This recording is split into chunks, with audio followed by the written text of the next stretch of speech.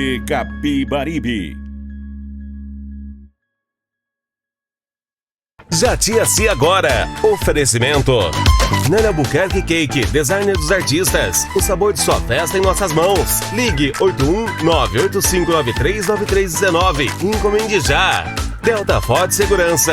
Sua segurança é o nosso objetivo. Ligue 81-982776896 e contrate já os nossos serviços.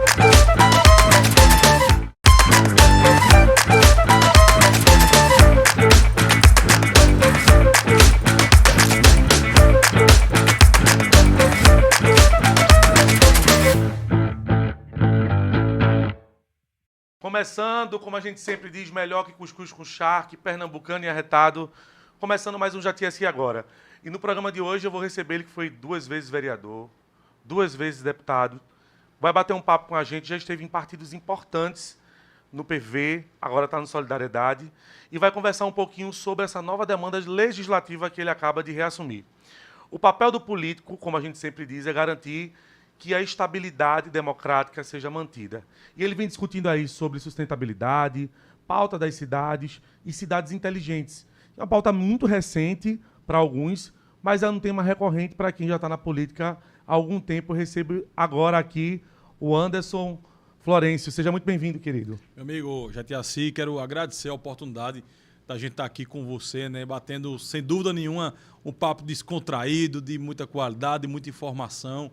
Não é? Você que é do campo da mídia, não é? E é muito importante, né, ter pernambucanos dedicados a fazer assim, uma imprensa de qualidade, a fazer comunicação que chegue junto das pessoas. Eu estou aqui para contribuir com esse seu trabalho também, esse seu projeto tão importante. Eu já estou agradecendo a sua vinda para cá. Deixa eu já começar tentando aí nortear o assunto, querendo saber um pouquinho sobre a última eleição, né? A eleição em Recife. Como foi a tua participação direta nesse processo e como é que você tem visto e avaliado esse momento político em Recife, em especial, para a gente poder tratar depois da seara que vai queimar daqui a pouquinho, que é a eleição estadual? Olha, o Recife é a grande locomotiva do Estado, né? Então, sem dúvida nenhuma, é uma grande referência. Por anos, nós reclamávamos porque faltavam novas lideranças no cenário pernambucano, né? Eu acho que depois de Eduardo Campos ficou uma lacuna, né? Anteriormente nós tínhamos Miguel Arraes, Jarvo Vasconcelos, não é? Roberto Magalhães, Joaquim Francisco, Marco Maciel, não é? Lideranças que fizeram a sua história no seu tempo, né? E eu acho que o grande líder que nós tivemos, o último grande líder, talvez tenha sido, de fato, o ex-governador Eduardo Campos.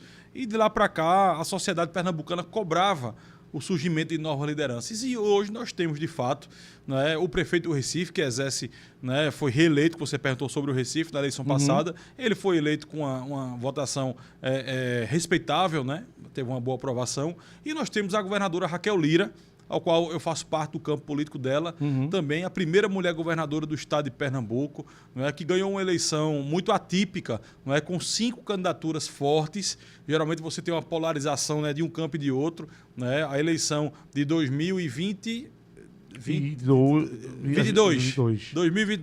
A eleição de 2022, que foi a última eleição estadual, né? Uma eleição, de fato, que houveram o candidato Raquel Lira, Marília Reis, Danilo Cabral, Miguel Coelho e Anderson Ferreira. Vejam, 5 candidaturas, né, distintas, né, que embaralhou um pouco o processo. E a Raquel, né, consegue ganhar as eleições, né, indo 2 candidaturas de oposição, que a Marília, que foi para o segundo turno, também era de oposição, né, e Raquel quebra, né, um roteiro de 16 anos de gestão estadual do PSB, que fazia uma gestão meio que coletiva aí com a Prefeitura do Recife, que também tinha o comando do PSB, e Pernambuco vive esse novo momento de ter 2 lideranças novas que estão, não é, no expoente da política. Não é? Eu penso que a governadora Raquel Lira merece e deve, não é, ter a recondução do mandato dela. Por quê? Porque o ciclo não acabou. Eu acho que quando você faz um rompimento de uma política que está estabelecida, como ela fez, não é? O PSB, depois de 16 anos, entra um novo grupo político, que você vai rearrumar a casa, né? Quando você passa muito tempo no poder, existem muitas concessões para se manter na política. Raquel quebra essa relação e inicia uma nova relação no estado de Pernambuco do jeito dela.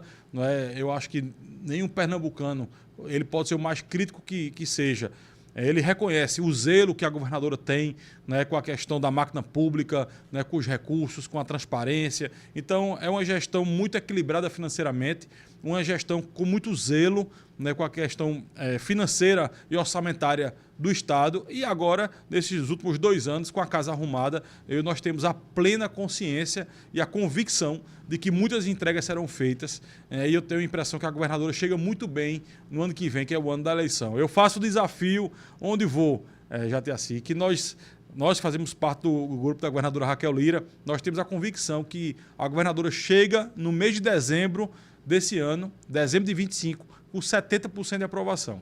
E aí, chegando com essa porcentagem de aprovação, eu acho que dificilmente ela perde o mandato. Ela vem para uma eleição com muitas condições de disputa e de vitória. Eu sempre tive a impressão que as pessoas elas têm um sentimento muito do momento, né? E me parece até que, às vezes, assim, esse sentimento de... Porque Raquel não ganhou porque estava tudo bonito, né? Ela ganhou porque existia um sentimento de mudança. Existia um desagrado da população. O que eu tenho percebido é que as pessoas elas criam um campo como se as coisas estivessem meio que minadas para ela, mas quando você vai chegando cada vez mais no interior, a sensação que você tem é que as coisas estão meio que fluindo. Perfeito. E que as pessoas têm esse sentimento de gratidão porque parece que pela primeira vez estão vendo uma passagem. Eu não sei, você como deputado estadual, como é que você tem observado, em especial, esse... Porque a gente que vive na região metropolitana tem que ser algo muito estratosférico para fazer uma diferença assim, crucial, para dizer, foi essa uma obra do governo, né? Isso. Até porque a gente tem acesso a muita coisa. Não é que não falte, mas é menos. Perfeito. É menos. No interior não chega. Como é que é essa observação sua como deputado estadual? Que você é de Caruaru. Nasci em Caruaru, né? Toda a minha política foi feita no Recife, em que pese na eleição passada eu ter tido 4.300 votos em Caruaru, porque com a oportunidade do mandato eu também me voltei para as demais cidades, né? Fora da região metropolitana, que nos conhece melhor. Não é? Então, em Caruaru, passamos a desenvolver o trabalho. Nós, no mandato passado, enfrentamos uma pandemia. Então, eu cheguei muito forte, apoiando, por exemplo, os artesãos de Caruaru, do Alto Moura, os músicos, isso apoiando com emenda parlamentar, colocando recursos, né, e promovendo com isso, né, um certo alento, né, para aquelas pessoas que mexem com a cultura pernambucana, que é uma das bandeiras que eu sigo muito forte. Então, eu consegui colocar presença em todo o estado. Né? Então, Caruaru me deu essa votação. Mas quando você fala da questão da presença do governo, talvez mais evidente no interior, eu vou dar um exemplo falando das estradas. Não é? Em várias estradas aqui de Pernambuco, Jatiaci, foi dado 3, 4 ordens de serviço e a estrada não saiu do papel.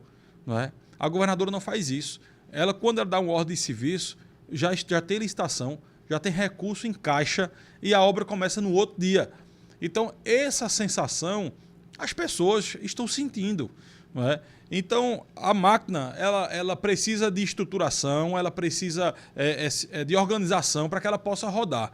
E foi isso que a governadora fez nos 2 primeiros anos. Não é? Organizou a máquina, estruturou. Pernambuco hoje ele não tem problema orçamentário, não tem problema financeiro. É um estado hoje sadio nesse ponto de vista. E agora a gente precisa, e há essa expectativa da política e também da população, das entregas. Né? E eu tenho a impressão que 2025 será o grande ano de Pernambuco e do governo Raquel Lira. E sendo assim, né, a gente entra em 26 com muitas possibilidades aí, né, de ter uma aceitação da população, um reconhecimento desse trabalho, né, e, se Deus quiser, uma eleição vitoriosa. Né? Nós não podemos negar a competitividade do prefeito do Recife, né, o João Campos, né, como eu disse, é também da nova geração, mas eu acho que a política é feita de ciclos. Né? Ele precisa, ao meu ver, né, cumprir o que se comprometeu com os recifenses, né, de concluir o seu mandato, né, de fazer um bom mandato. Ele teve uma aprovação elevada, então ele precisa corresponder ao que ele se propôs, que é finalizar, né, a gestão dele como prefeito do Recife. Caso ele renuncie, ele vai ter que se explicar por isso. Né? Vai ter que se explicar, né, o porquê da renúncia, essa busca de poder tão acelerada ou como prioridade a mais... Parece um carreirismo, né? Parece não sei, assim, cada um decide, né, os rumos os rumos da sua vida, da sua história, né? Mas eu penso que a cidade do Recife é uma cidade importante, né? Uma cidade pujante, né? Aqui leva, né, as tradições também pernambucanas, é uma grande referência. Eu penso que o ciclo dele deve ser concluído e o da governadora também precisa ser concluído, né? Hoje, com o advento da reeleição, eu tenho absoluta convicção de que Raquel, fazendo as entregas que estão sendo aí colocadas para os próximos meses, ela chega na eleição, né, com muita condição, né, de pedir o voto novamente aos pernambucanos, que certamente reconhecerá o trabalho dela. Então, se esses dois polos, de fato, estiverem disputando o voto, eu acho que nós vamos ter uma eleição assim muito, muito marcante, né, para os pernambucanos, né, porque eu acho que quem ganha somos nós, os pernambucanos.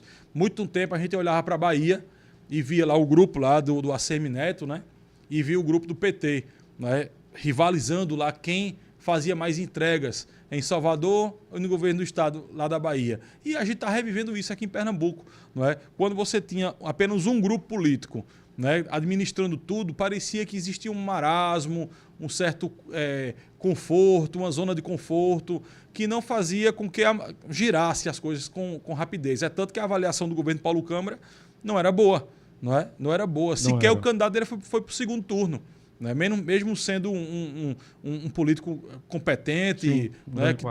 Um grande quadro, tal, mas não chegou no segundo turno porque o governo era muito mal avaliado. E é importante que os pernambucanos possam relembrar disso.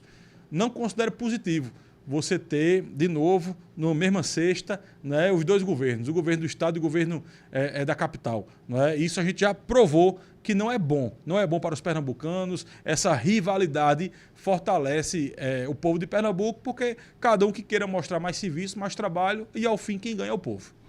Eu vou aproveitar e botar um pouquinho de pimenta nesse negócio. A gente acaba de sair em alguns blogs de notícias, inclusive hoje eu noticiei no meu especificamente, a possibilidade de uma chapa Alckmin-Haddad. E também me parece que, eu sei que isso não é da sua seara, mas eu quero entender que você é um político de carreira, ao mesmo tempo em que o Kassab me parece que estava tentando alçar o voo numa candidatura presidenciável.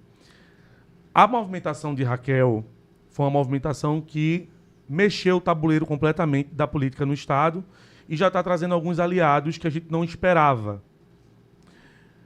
Como é que você faz a avaliação nesse sentido? Porque se o Alckmin, do PSB, vai fazer uma disputa em São Paulo com Haddad, essa vice fica vaga. E com a quantidade de prefeituras que o PSD ganhou nessa última eleição, ganhou um aporte muito grande.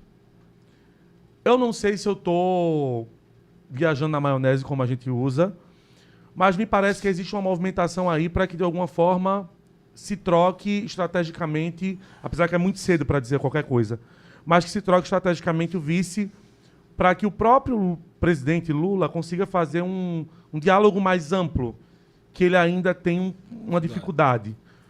Você acha que isso é uma grande viagem ou realmente isso pode vir a acontecer, o Anderson? Porque essa movimentação da Raquel ela não foi em vão. Ela tem várias questões aí envolvidas, inclusive o projeto de reeleição da governadora. Tá claro que ela fez um movimento que também se aproxima, né, do presidente Lula, que é inegável, apesar da rejeição do governo hoje ser elevada, mas é inegável da relação forte que tem com o Nordeste, de modo geral, né? Não só com Pernambuco, como com o Nordeste. Né? É tanto que existe essa, digamos, divisão nacional, né? O sul do país muito mais conservador e o Nordeste do país muito mais progressista. Né? Então tem essa relação real. Agora, esse ano de 25, né, nós vamos ter muitas mudanças.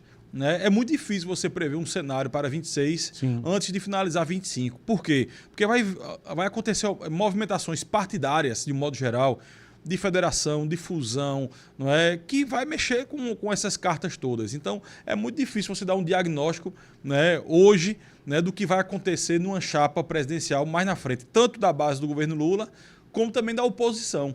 Né? O cenário hoje está muito embaraçado. Né? A gente que está na política no dia a dia, muitas vezes a gente, veja, eu estou no partido que é o Solidariedade. Né? Até antes de começar a nossa entrevista aqui, eu disse, e você? Eu digo, rapaz, dificilmente eu fico no Solidariedade, porque dificilmente o Solidariedade vai se manter como um partido isolado.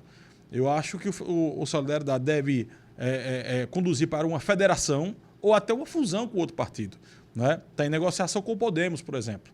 Né? O Podemos, PSDB e o Solidariedade. Me parece que o Solidariedade prefere federar e os outros partidos não aceitam federar, só a fusão, transformando um novo partido. Você vê partidos grandes, como União Brasil, como o próprio PP, negociando também esse mesmo procedimento. Então, eu acho que o cenário hoje ele é muito incerto. Né? Então, eu acredito que essas etapas de montagem de chapa a nível nacional, tanto da base do governo Lula como da base da oposição, vai passar por essas acomodações que vão acontecer durante todo esse ano de 25, entendeu? Então é muito imprevisível isso ainda. Como é que você vê essa coisa das fusões? Porque eu acho que a única facilidade que isso trouxe é a gente começar a compreender mais ideologicamente partidos, porque ficava muito confuso para quem é eleitor. Mas como é que é para vocês? Porque também tem essa loucura toda de que muitos partidos acabam se juntando na hora da fusão, bum, uma confusão. Por exemplo, se você pega o Solidariedade, o PSDB e o Podemos, que são 3 partidos enormes, cresceram muito e tal, a gente faz uma avaliação. Há 10 anos atrás, o PSDB era um dos maiores partidos principal de oposição e tinha um tamanho de debate, acho que inclusive as coisas estão tão radicais, que estão chegando num extremo absurdo, assim, que a gente já não consegue meio que entender se a gente está discutindo projetos, se a gente está discutindo vida pessoal. Está muito louco isso. Como é que você está avaliando isso? Como é que você acha que é o futuro disso? Isso vai ser positivo para o país de alguma forma, essa questão de fundir, de diminuir a quantidade de partidos? Eu acredito o seguinte, com a regra eleitoral que está em vigor já tem umas 3 eleições, eu acredito, né, que tem a cláusula de barreira, tudo isso, faz necessário que os partidos possam, de fato, se juntar através de fusão ou federação, não é? Porque a gente, com mais de 30 partidos, não há ideologia no mundo que se identifique com tantas siglas assim. Né? Então, muitos partidos estavam sendo usados como siglas de fato de aluguel. Usava ali para campanha, por uma composição e tal, e não tinha nenhuma, digamos, perspectiva ideológica ou programática, isso não existia. Né? Evidentemente que alguns partidos que não são tão grandes, são pequenos, sofrem com isso, e tem essa perspectiva programática. Né? Você vê partidos que você citou, o próprio PV, né? o PCdoB, né? São partidos menores e que têm, de fato, uma linha, né? Uma linha ideológica. Né? Talvez tenha que pagar o preço, né? Da gente estar numa democracia que exige que tenhamos regras para todos. Né? Então, eu acho que é um processo natural. Eu acho que nós vamos ter uma redução também partidária. Eu acho que quando você também junta partidos, né, dessa envergadura, passa também a haver uma divisão do poder dentro do próprio partido. Não é? Isso faz com que a militância passe a ter um pouco mais de importância. Até legitimidade mesmo. Né? Pois é, porque às vezes partido você sabe, não, esse é o partido de fulano, esse é o partido de cicrano. Poxa, viravam cartórios, né, onde o dono do partido tinha, digamos, a pastinha do cartório embaixo do braço e saía tomando as decisões, né, sem ter tanto diálogo assim, ou você ter esse trabalho em você fazer a composição com a base. Então, eu acho inclusive, né, diante de tantas reformas que o Brasil vem fazendo, né, vem acontecendo, né, já foram tantas, eu acho que uma das principais seria uma reforma partidária. Acho que deveria ter uma regra que se visse para todos os partidos. Não é? Evidentemente que algumas questões são o que a gente chama de interna corpus, né? A adesão deve ser do próprio partido, mas deveria existir uma regra básica, né? Uma reforma partidária para que os partidos tivessem um esqueleto e o militante ele pudesse ter a oportunidade de, através da sua filiação e da sua militância, poder alçar, né, espaços maiores nos partidos, que hoje não é muito assim. Né? Hoje os partidos realmente são poucos, o que tem uma certa margem de ascendência no partido, mas a grande maioria dos partidos você tem que, né, seguir a determinação, né, do presidente do partido ou da liderança de maior destaque. Né? Isso talvez confronte um pouco, né, com a ideia de partido. Por isso que as pessoas hoje, de modo geral, a sociedade hoje talvez não tenha essa filosofia, né, de estar votando de acordo com a sigla. Muito mais pela pessoa, por quem está pedindo voto, né, pelo indivíduo do que pelo coletivo. Até porque nessa questão de identidade você acaba entendendo que se aquela figura ela tem aquela performance política, ela se migrar para outro canto, ela vai continuar mantendo uma linha. Hoje é o que acontece. Não é? Por exemplo, a gente estava conversando aqui anteriormente, qual é a linha antes que você se reflete como sendo parte do seu mandato? Para mim é muito claro. Nossa história ela é baseada na luta pelo meio ambiente, a defesa ambiental, a sustentabilidade. E lá atrás, há 25 anos atrás, quando eu comecei a militância, não é? Quando a gente defendia meio ambiente, as pessoas imaginavam que meio ambiente era só defender floresta e passar mão em cabeça de cachorro. Hoje em dia as pessoas têm uma compreensão muito diferente, né? Graças a Deus. Né? Foram anos de militância, né? Mostrando que meio ambiente é como a gente vive. É a nossa casa, é a nossa rua, é o nosso bairro, é como a gente se relaciona com os alimentos, é como a gente se relaciona com a energia da nossa casa, com a água da nossa casa, né?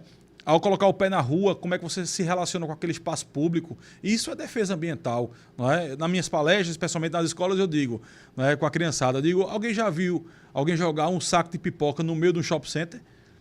Eu nunca vi. Não. E ali tem dono, é privado, e certamente não tem dono de shopping andando por aí, né? São muito poucos, né? E você respeita aquele espaço que é privado. E quantas vezes a gente vê a pessoa sai desse mesmo shopping, coloca o pé na rua e joga o bagaço da laranja, joga o palito do picolé, joga o saco da pipoca no meio da rua, e a rua é nossa. Né? Então essa conscientização ambiental de atos simples como esse faz parte de uma transformação. Né? E a gente está na política, eu entrei na política devido à causa ambiental, então isso faz parte da nossa história. Aí vamos para uma outra bandeira, uma outra causa que eu julgo importante, que é a luta, né, pela cultura pernambucana. Nós somos, eu considero, um Estado-nação, porque nós temos uma cultura muito latente, muito forte, né? E não só é num segmento apenas, não só é na dança, não só é na música, não só é no artesanato, não só nas artes plásticas, não só na literatura. Esse conjunto todo, né, o pernambucano tem como um grande expoente. Né? Você vai visitar Portugal, você quer ver lá o fado, né, que é um estilo. Isso. Você vai na Espanha, você quer ver a dança flamenca. Você vai na Argentina, você quer ver o tango. Você vem a Pernambuco, meu amigo, você pode ver o frevo, o maracatu, o forró, o coco. Aí você vai no artesanato, né? Você tem artesanato do barro, artesanato da madeira, do reciclado. Né? Você vai na literatura, você vai ter o cordel, você vai ter os romancistas, o pessoal o conto. Enfim, então nós somos um estado muito rico. Isso. E não basta simplesmente você valorizar a cultura pernambucana quando se faz necessário receber alguma visita de fora, ou quando chega perto do Carnaval ou do São João. Nós temos que valorizar a cultura permanentemente para que essas pessoas possam viver dela e continuar produzindo, e você estimular que as novas gerações tenham a oportunidade, daqueles que são vocacionados, de viver da cultura. Então, nosso mandato se dispõe também a ser uma base forte, né? Um defensor da cultura pernambucana. Né? Outra coisa importante que eu acho, aí já vem no campo da garantia de direitos, é você defender as pessoas com deficiência, né? Seja ela qual for. Né? O autismo, o síndrome de Down, o cadeirante, o cego, o surdo, não é? Quem tem alguma deficiência de mobilidade ou na questão neurológica, precisam, né, de que o parlamento, de modo geral, ele lute para garantir direito dessas pessoas.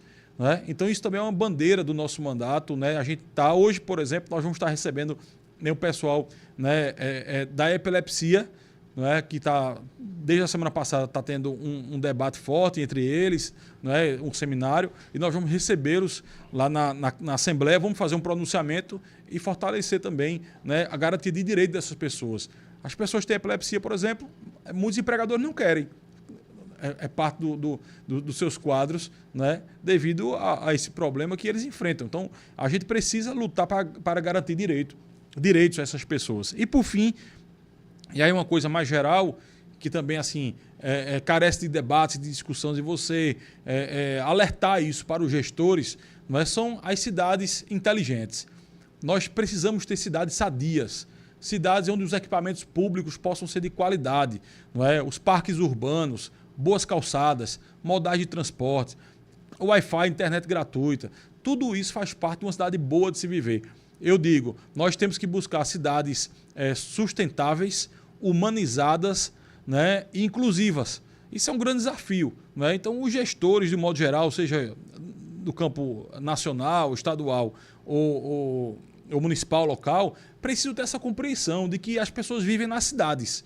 Não é? As pessoas precisam de equipamentos públicos que promovam bem-estar da sociedade, que promovam saúde, que promovam contemplação, espaço de lazer, espaço de inclusão. Então, isso são bandeiras do nosso mandato que a gente precisa e estamos valorizando a cada dia, né? Integrando pessoas, trazendo pessoas para para esse viés, para que a gente possa, de fato, poder corresponder com um mandato que faça entregas e possa representar, de fato, as pessoas que acreditam nisso. É engraçado a gente estar falando sobre isso, porque o mundo parece estar em colapso, né? O meio ambiente já começa a dar uma reclamada pesada nessas questões e a gente ainda acredita, e aí eu não estou dizendo que é o único meio, mas a gente tem essa coisa de que o concreto é o que resolve tudo. E você também falou uma coisa bem pontual, que foram os nomes que você usou, nomes de ambos os lados, quando falou em lideranças. E aí, quando você fala, por exemplo, Joaquim Francisco, Roberto Magalhães, Marco Maciel, Miguel Arraes, vai passando, me parece que essas pessoas elas tinham um debate que era um debate muito mais focado na estratégia da resolução. Não sei se ela parava nisso, porque a gente sabe que ambos tiveram aí dispositivos para estar no poder em alguns momentos. O que é que está faltando para a gente ter esse entendimento, Anderson? Porque a gente já vê as crises ambientais acontecendo, a gente já vê a natureza reclamando, a gente já compreende que as cidades inteligentes, ou as que tentam fazer essa vivência, vivem uma realidade diferente, que destoa muito dessa realidade de enchentes. E me parece também que é possível essa crença de pensar uma cidade que não seja só uma cidade que planeje. Porque quando você fala, inclusive, da economia e da cultura, você fala de economia criativa. Perfeito. Né? Geração de emprego, entender que, às vezes, a atividade, o evento, a festa, ela não é única especificamente pela festa, ela gera dinheiro, ela gera renda, perfeito. Ela gera novos empregos. O que é que está faltando, no geral, na política para que se desperte isso? Para que as pessoas se atentem que isso não é mais uma realidade de 10 anos, quando você estava discutindo o 20. É uma realidade do agora. E que se a gente não fizer isso, a gente vai ter um colapso ainda maior. A primeira coisa, ao meu ver, é o cidadão e a cidadã ela entender que essa polarização, esse radicalismo que está acontecendo hoje, ele não beneficia em absolutamente nada o cidadão. Né? Quando você radicaliza tanto para a direita, a extrema-direita, como para a extrema-esquerda, né, você está trazendo essa pauta da radicalização como sendo a coisa mais importante, né, para os seus próximos 4 anos. E quando de fato não é. Só quem ganha com a polarização são os políticos radicais. Seja de um lado ou seja de outro. Os políticos radicais se favorecem desse discurso, né, desse debate da intolerância. Né, eu não estou aqui falando nem da direita nem da esquerda, estou falando dos dois. Sim. Eu acho que quando a gente se livrar dessa radicalização, o nosso país, de modo geral, o Estado e o município, vai andar para frente. Porque os temas mais importantes são os temas que batem na nossa porta.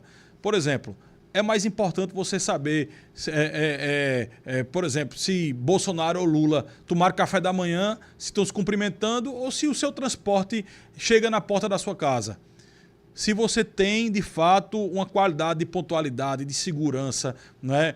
Quando você sai para trabalhar, se você demora para chegar no trabalho 40 minutos, 1 hora, ou você consegue chegar em 15 minutos e ter mais tempo com sua família.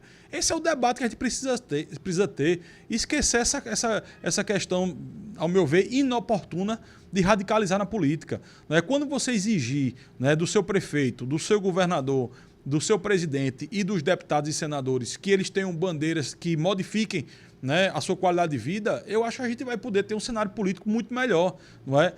Qual é mais importante? É saber, né, se Bolsonaro, por exemplo, gosta de andar armado ou se a gente tem uma segurança de qualidade, né, no nosso país, nas fronteiras, no nosso estado, se o município está fazendo a sua parte, não é? Se existe a podação da árvore que vai deixar a rua mais clara, né? Se existem as câmeras de segurança que vai monitorar, né, as ruas da nossa cidade, não é? Se as nossas polícias militares e a polícia civil estão equipadas, né? Se possui boas delegacias, se possui um bom material de trabalho, se as escalas estão sendo escalas corretas ou de fato você está explorando demais o tempo do policial pela falta de contingente.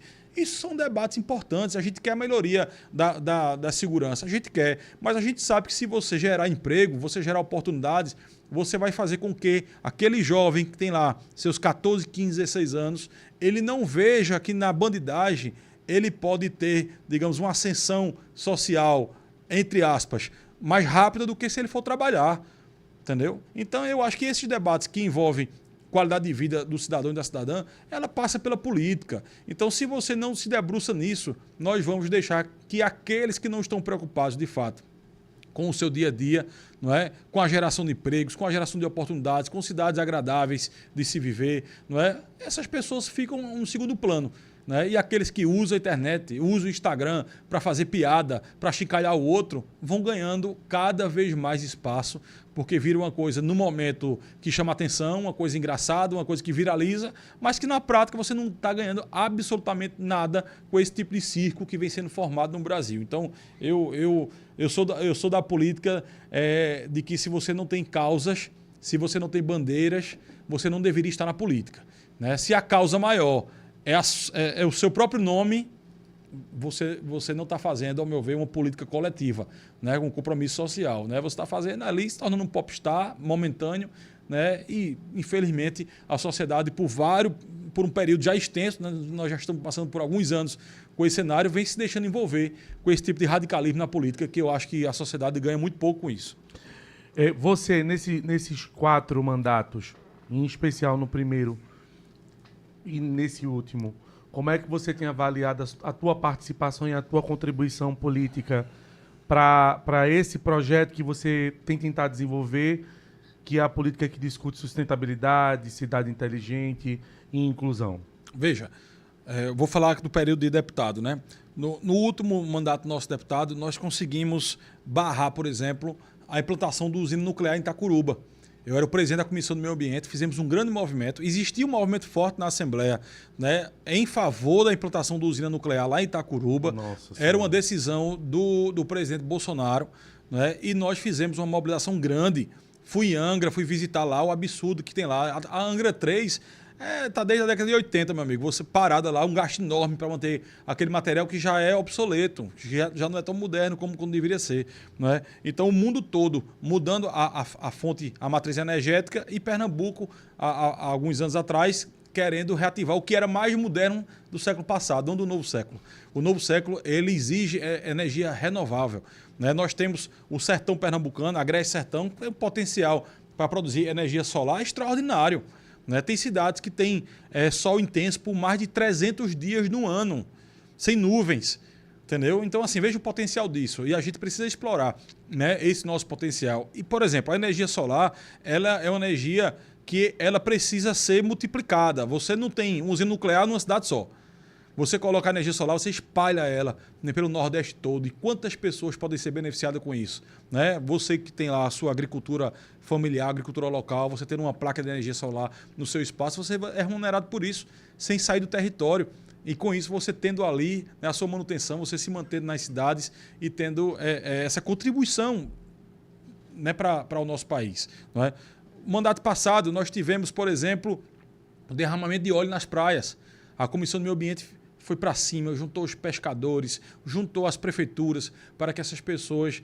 primeiro, para que o óleo pudesse ser mantido ali e não entrar, né, rio adentro, né? Porque quando pegava os mangues, essa interação da água do mar com o rio, você ia contaminando também esses espaços. Nós fomos para cima, fizemos audiência pública, né? Fizemos um grande movimento.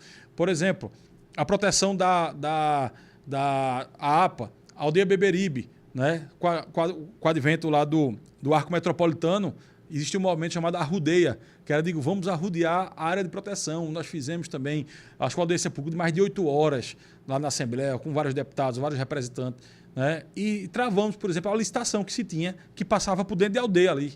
Né? Então, assim, foram trabalhos que nós fizemos. Importantíssimo, né? Pois é, assim, é uma obra importante que precisa sair do papel, mas que ela pode sim, né, ampliar em 20 quilômetros e beneficiar com isso todas aquelas cidades do entorno, né, da zona da Mata Norte.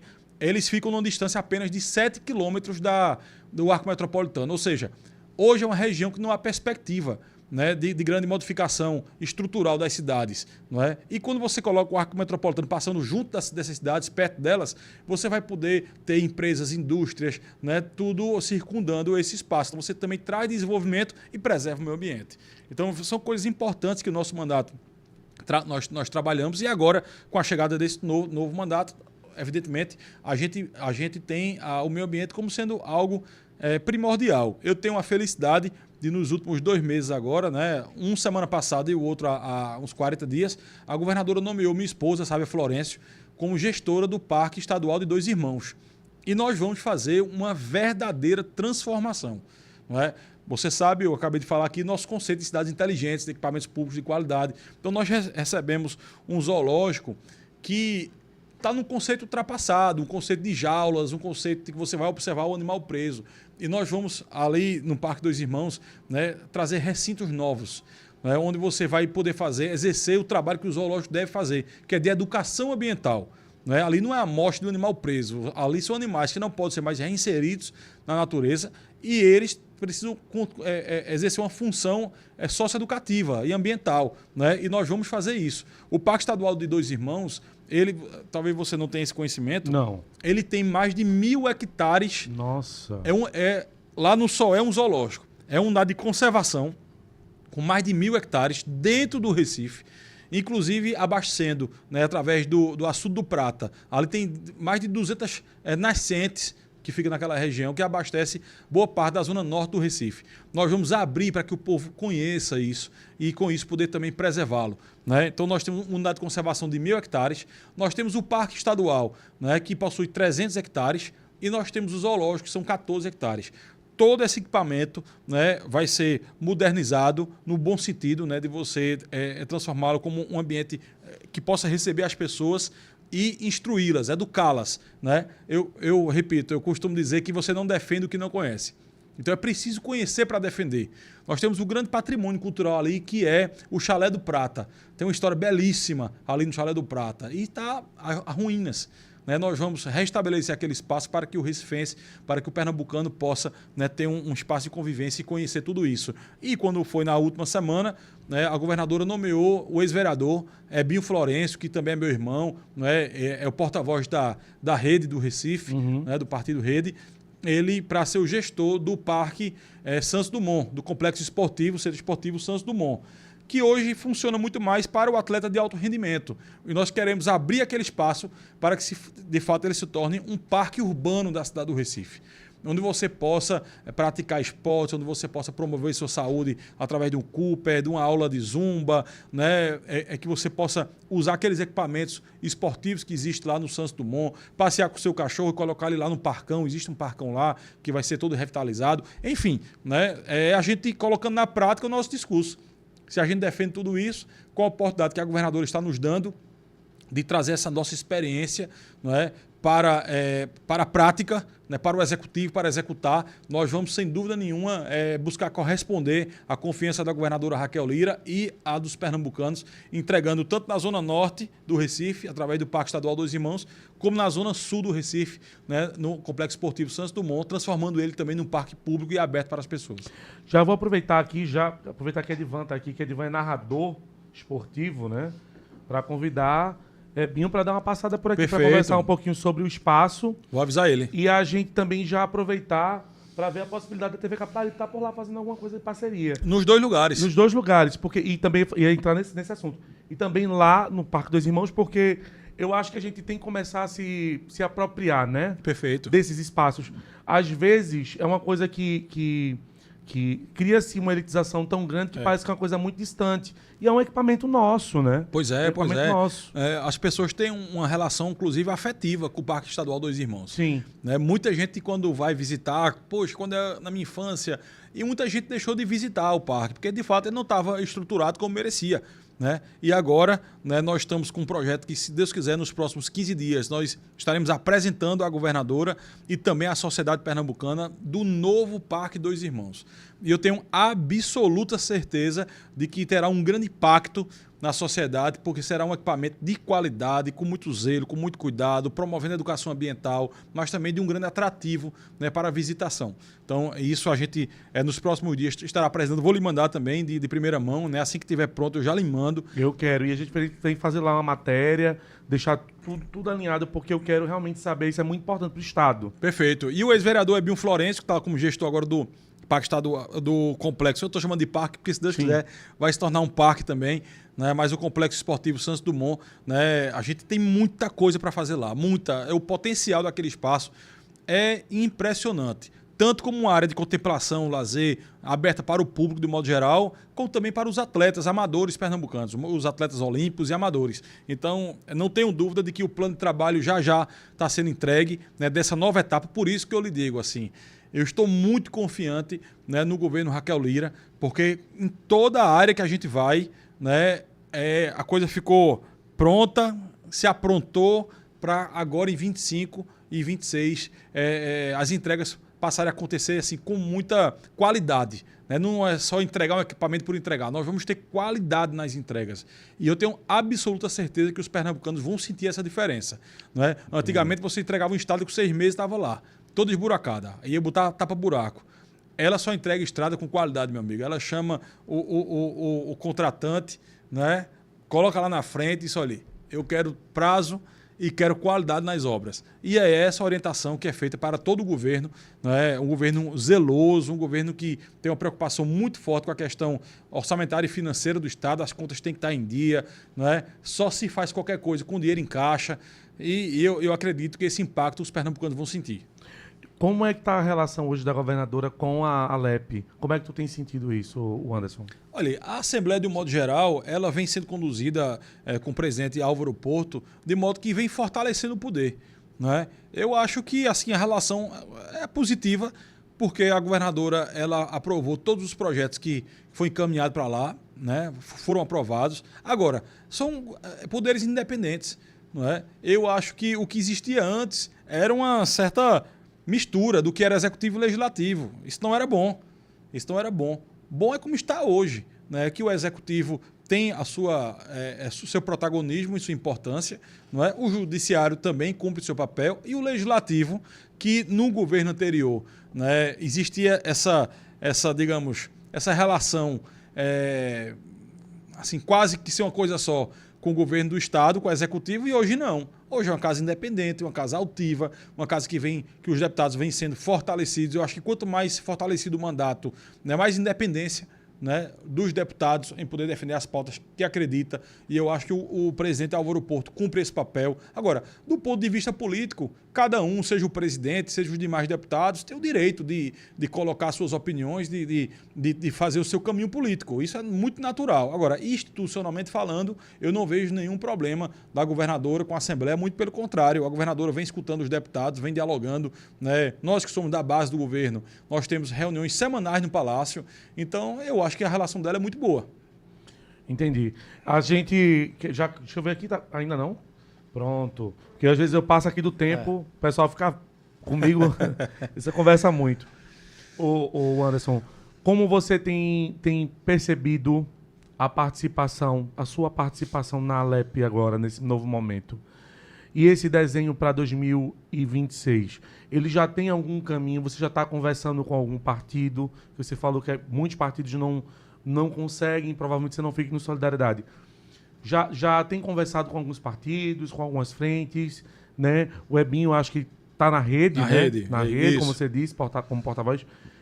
Como é que está a participação da sua esposa nesse processo também? Como é que está sendo a decisão? Porque aí é uma família que tem esse eixo de debater o Estado. Perfeito. Né? Como é que tem sido esse acompanhamento? Ele está em um, você está em outro, ela está em algum outro partido também? Ela é presidente do Podemos Mulher. Ebinho era do Podemos também. Sim. Ebinho era do Podemos e foi para a rede. Certo. Né? E assim, eu não fui candidato pelo Podemos porque não fez chapa na eleição passada, a chapa de deputado. Então, assim, de última hora, com esse movimento que Marília fez, né? Marília fez um movimento no Solidariedade e um grupo de políticos foi para lá naquele momento, né? Enfim, eu estou aguardando. Porque, por exemplo, a rede vai ter o Congresso Nacional, é um partido que a gente tem uma relação muito forte, primeiro pelas causas ambientais, né, que patrocina, né, que está ligada, que tem esse compromisso, né, e segundo pela relação pessoal que tenho, né, com Túlio Gadelha, que é um político muito respeitado no estado de Pernambuco, possui bandeiras caras que a gente acredita serem bandeiras importantes também. Não é? A própria ministra Marina Silva, né, que eu tive uma relação com Marina desde antes, né? Na época do Partido Verde, eu fui militante 10 anos do Partido Verde, então nós tínhamos uma relação com Marília também lá atrás. É entender qual é o processo da rede, se a rede, né, qual é o caminho que a rede desenha para os próximos anos. É um partido que já houve o convite e a gente vem participando do seu dia a dia, né? E saber qual é a definição nacional partidária para que a gente possa ter a segurança, né, de que caminho a gente vai trilhar. Temos uma relação com outros partidos, como eu falei, o próprio Podemos, que está em processo também de fusão, né, talvez até com o próprio Solidariedade. Né? O Solidariedade vem conversando com o Podemos, com o PSDB, né, nesse processo de ou federação ou fusão. Então é muito incerto dizer hoje, porque não depende de mim. Né? Primeiro eu preciso que os partidos se definam, né, qual é a linha que vai ser estabelecida para os próximos 2 anos, até a eleição, para que a gente com segurança possa, né, ir no local que a gente possa se identificar e ter liberdade de desenvolver o nosso mandato. Né? É essa a nossa preocupação, expectativa e também a nossa busca, né? Um lugar que você se sinta confortável para estar fazendo com que as pautas do seu mandato, da sua política, possam ser respeitadas e valorizadas.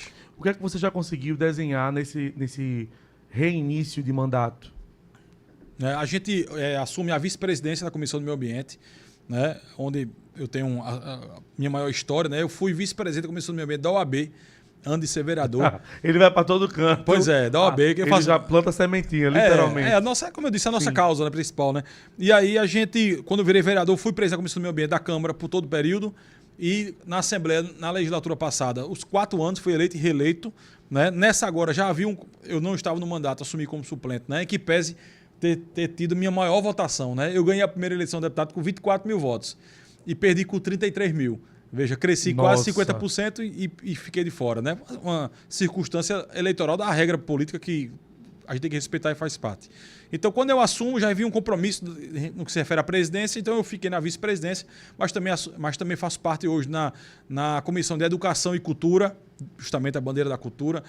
Sou também membro titular da Comissão de Relações Internacionais, né, onde a gente acredita que alguns polos aqui de Pernambuco precisam ser mais valorizados, como, por exemplo, a região de Caruaru, Santa Cruz, Caparibe, Toritama, aquela região têxtil, aquele polo têxtil, precisa de um intercâmbio fora do nosso país. Eu acho que é um grande potencial que a gente pode estar valorizando isso. Não é? Enfim, nosso trabalho não para, é do dia a dia. Não é?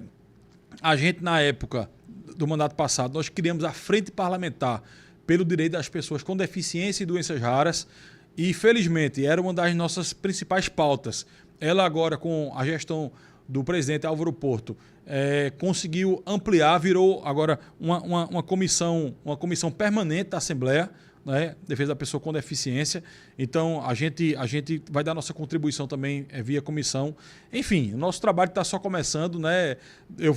Esperei passar o Carnaval e agora, já começamos agora em março e agora em abril, a gente vai dar uma circulada grande no interior do estado para que a gente possa estar escutando aqueles atores políticos e lideranças que nos deram o suporte na eleição, para que a gente possa estar agora levando o nosso mandato para o interior do estado, né, com conteúdo, com entregas, né, as emendas parlamentares que eu terei direito no final do ano, também a gente poder alocar essas emendas para locais que possam transformar a realidade das pessoas, possam dar uma grande contribuição. E é isso, é o nosso mandato junto das pessoas. Eu acho que, se você perguntar qual é a grande marca, é estar próximo das pessoas. Todo mundo tem meu WhatsApp. Né? Você é extremamente acessível. Quem escreve para mim no Instagram, quem responde sou eu, não é assessor de imprensa, não é nenhum assessor de gabinete, quem responde sou eu. Né? Você que está nos ouvindo e nos assistindo aí, pode escrever no meu Instagram, no inbox lá, que hoje ainda eu lhe respondo. Isso é verdade. Respondo a todos. Eu fui testemunha viva. Pronto, não tem isso. Assim, essa relação é direta. Né? E eu tenho a impressão que quando as pessoas participam ativamente do mandato, ele se enriquece. Ele se fortalece, porque cada um tem um pensamento, tem uma ideia, tem uma sugestão, tem uma opinião, tem uma reclamação, tem um indicativo. E se você filtra isso de modo que você organize no seu trabalho, você vai ter um mandato que representa muitas pessoas. Né? E essa é a nossa busca. Só para finalizar, dizer o seguinte, eu fui candidato algumas vezes. A primeira vez com 21 anos de idade.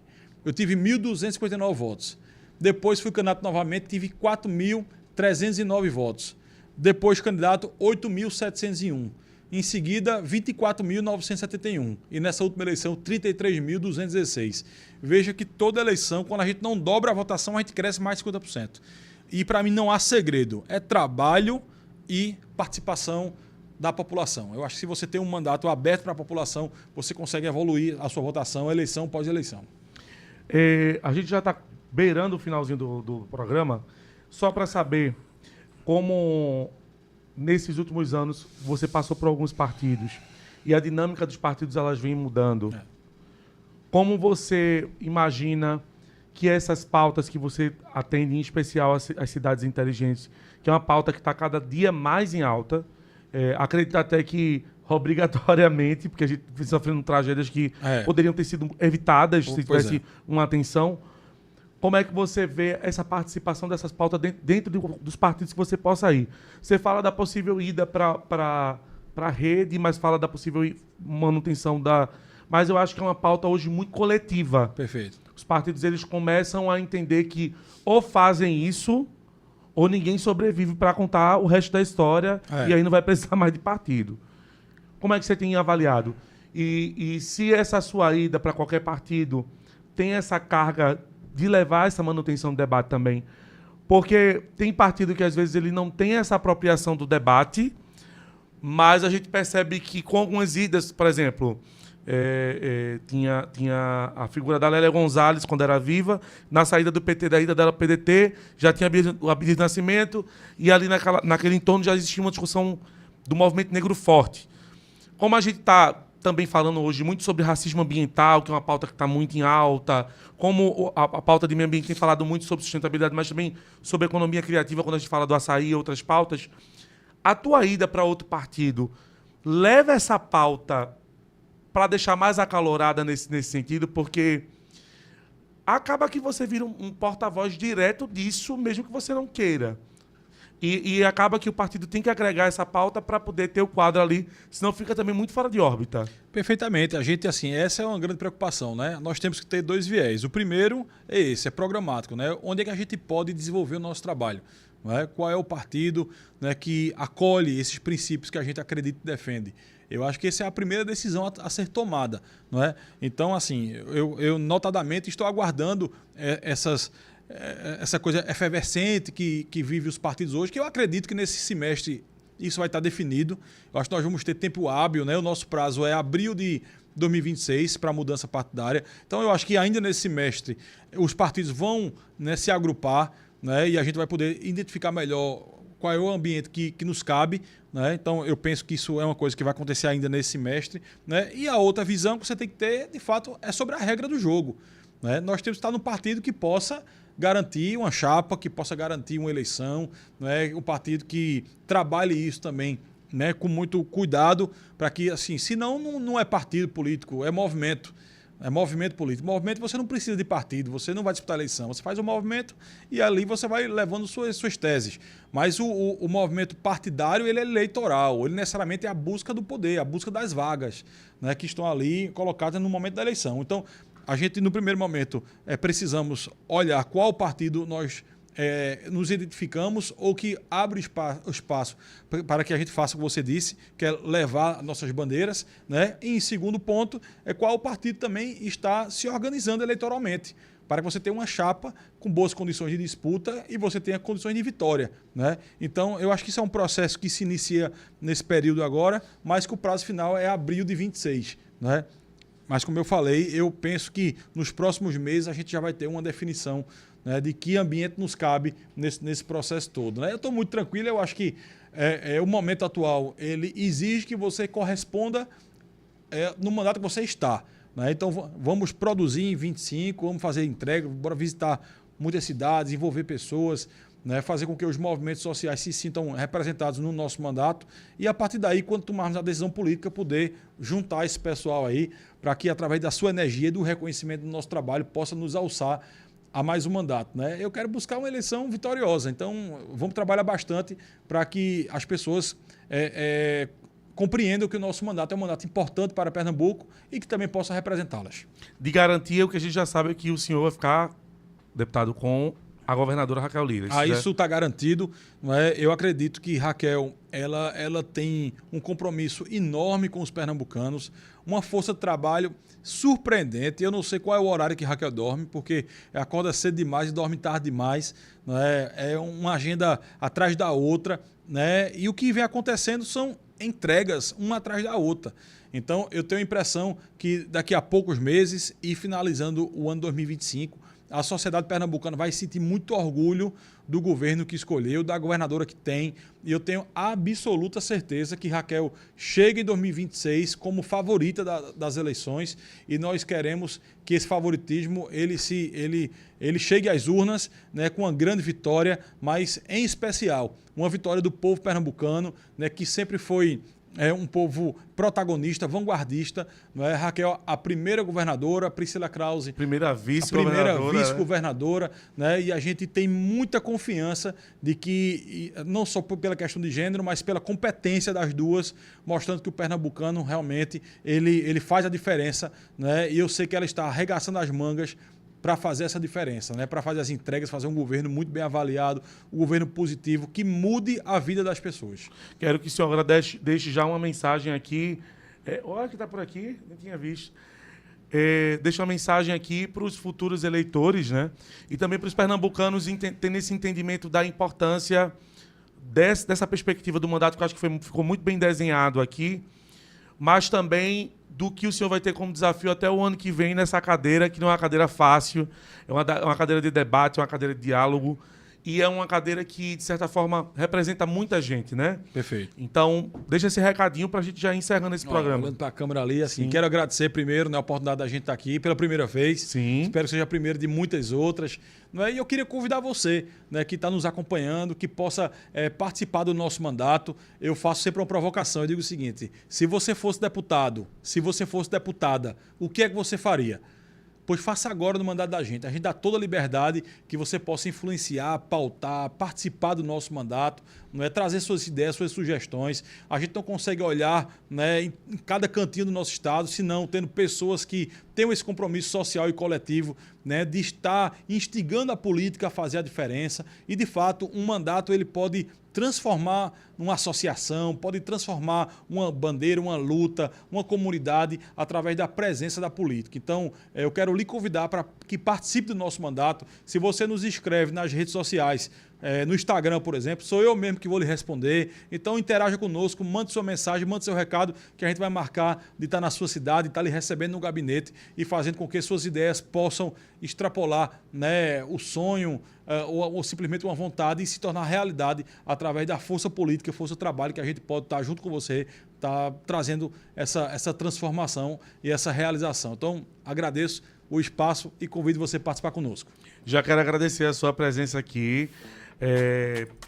Não só pela agenda, mas pelo tempo, que eu sei que deve ser corrido pra caramba.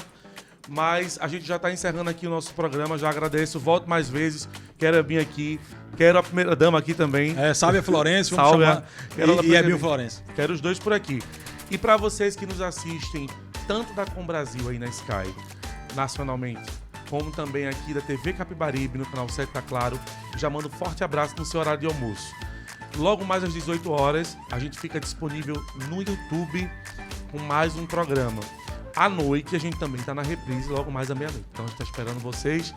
Tá sempre muito bom comer um cuscuzinho com charque, como a gente diz assim, pernambucano, e aproveitar para tomar um café e bater um bom papo.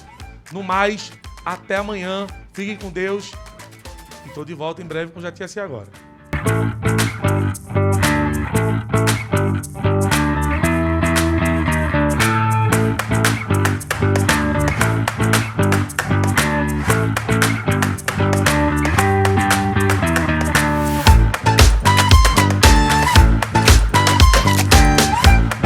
Já Tinha Sido Agora. Oferecimento Nélia Albuquerque Cake, designer dos artistas. O sabor de sua festa em nossas mãos. Ligue 81-98593-9319. Encomende já. Delta Ford Segurança. Sua segurança é o nosso objetivo. Ligue 81-982776896 e contrate já os nossos serviços. TV Capibaribe.